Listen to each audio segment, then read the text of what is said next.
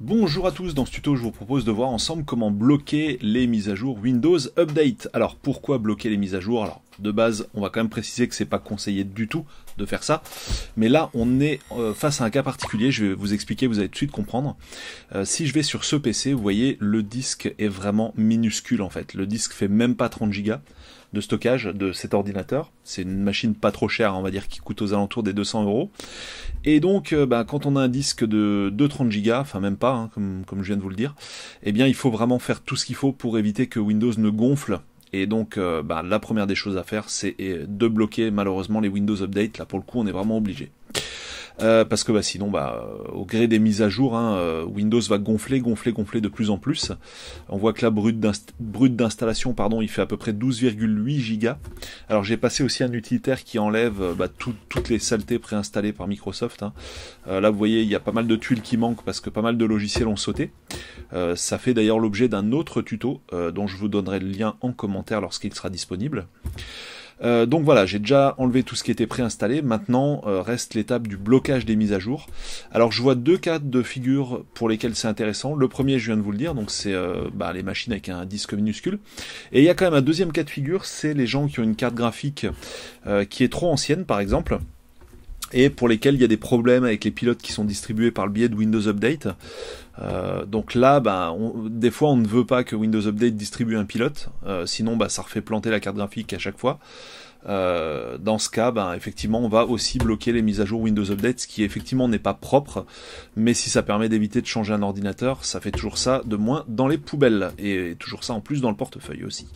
Alors, passé cette parenthèse, on va voir maintenant comment procéder. Alors en fait, c'est assez simple. On va aller ici, alors je l'ai préparé à la racine du disque, un petit dossier indispensable. On va ici utiliser un logiciel qui s'appelle Stop Update 10. Voilà, ou Stop Update 10 si vous préférez en anglais. Alors on va aller visiter le site officiel. Le site de l'éditeur est extrêmement mal référencé au point qu'il n'apparaît même pas en première page des résultats Google, ce qui est quand même assez fort. Là je suis en train de me passer en revue tous les résultats et il n'y en a pas un seul qui contient la page officielle du logiciel, donc c'est quand même assez bizarre. Alors je vous mets le lien direct dans les commentaires, ce sera beaucoup plus facile. Ce site a changé en fait. La nouvelle version de Stop Update 10 est publiée désormais sur ce site officiel, on va y arriver. Voilà, donc là on a direct la nouvelle page officielle de Stop Update 10, Stop Update 10. Allez hop, donc on descend dans la page, il y a les screenshots, il y a tout ce qu'on veut. L'application est gratuite, bien sûr, je précise. On peut faire une donation à l'éditeur si on le souhaite. Et là, ici, on trouve directement le lien de téléchargement. Enfin, pas directement, c'est quasiment en fin de page, mais bref, voilà. Donc là on fait accepter et télécharger, et voilà on se retrouve finalement avec le package que j'avais tout à l'heure. Voilà. Alors, ensuite, qu'est-ce qu'il nous reste à faire? Finalement pas grand chose, vous allez voir. Allez, hop, afficher le dossier. Le petit bouton juste à côté, et voilà. Dans les téléchargements, on se retrouve avec notre Stop Update 10. Donc on va faire un petit clic droit dessus, puis on va choisir extraire tout. C'est une fonction qui est présente de base dans Windows, vous n'avez pas de logiciel à installer en particulier pour ça. Et là, ça va nous afficher le contenu du répertoire avec notre installeur. C'est justement ce qu'on voulait. Donc on double-clique dessus. On accepte, on clique sur oui, forcément, sinon l'installation s'arrête à ce stade. Là, on reclique sur oui. On a un bel installeur tout en français. Allez hop, je comprends les termes, voilà.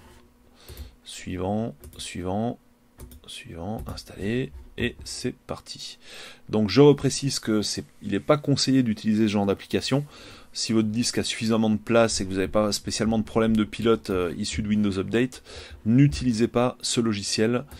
Faites bien vos mises à jour précautionneusement, c'est quand même beaucoup plus prudent. Alors ici on va juste laisser ça cocher, finalement, exécuter le logiciel. La page d'accueil on s'en moque un peu, on en revient de toute façon. Ensuite on clique sur terminer, je n'ai pas précisé mais c'est évident. Hop. Et puis voilà, on se retrouve sur l'interface qui est pas très belle, ça fait un peu logiciel développé à la SERP, mais au final ça marche quand même très très bien, vous allez voir. Donc là on nous indique que Windows Update n'est pas bloqué, et on va juste cliquer sur ce gros bouton rouge, arrêter les mises à jour de Windows. Voilà, ça va un petit peu tourner un petit moment là, pour exécuter le script en arrière-plan, et dans quelques instants on va nous annoncer que Windows Update est désactivé. Et voilà. C'est un succès, Windows Update est désormais bloqué, mon Windows ne va pas se mettre à gonfler et mon disque conservera sa taille actuelle, hein, à moins que j'installe des logiciels volumineux, mais si j'installe rien de spécial, que je m'en sers vraiment comme une machine à écrire digitale, on va dire, et bien du coup le disque ne grossira pas et je me retrouverai pas avec un disque plein sans cesse, quoi. Alors là c'est terminé, et là c'est juste de la pub pour un autre logiciel de l'éditeur. Et ça aussi, et là c'est un bouton pour dire merci sur le site de l'éditeur tout simplement. Donc ces boutons vous en servez pas, enfin sauf si vous avez envie de dire merci à l'éditeur par exemple, ou de lui lâcher un petit nom. Vous fermez ça, et là tout est terminé, vous n'avez plus rien à gérer.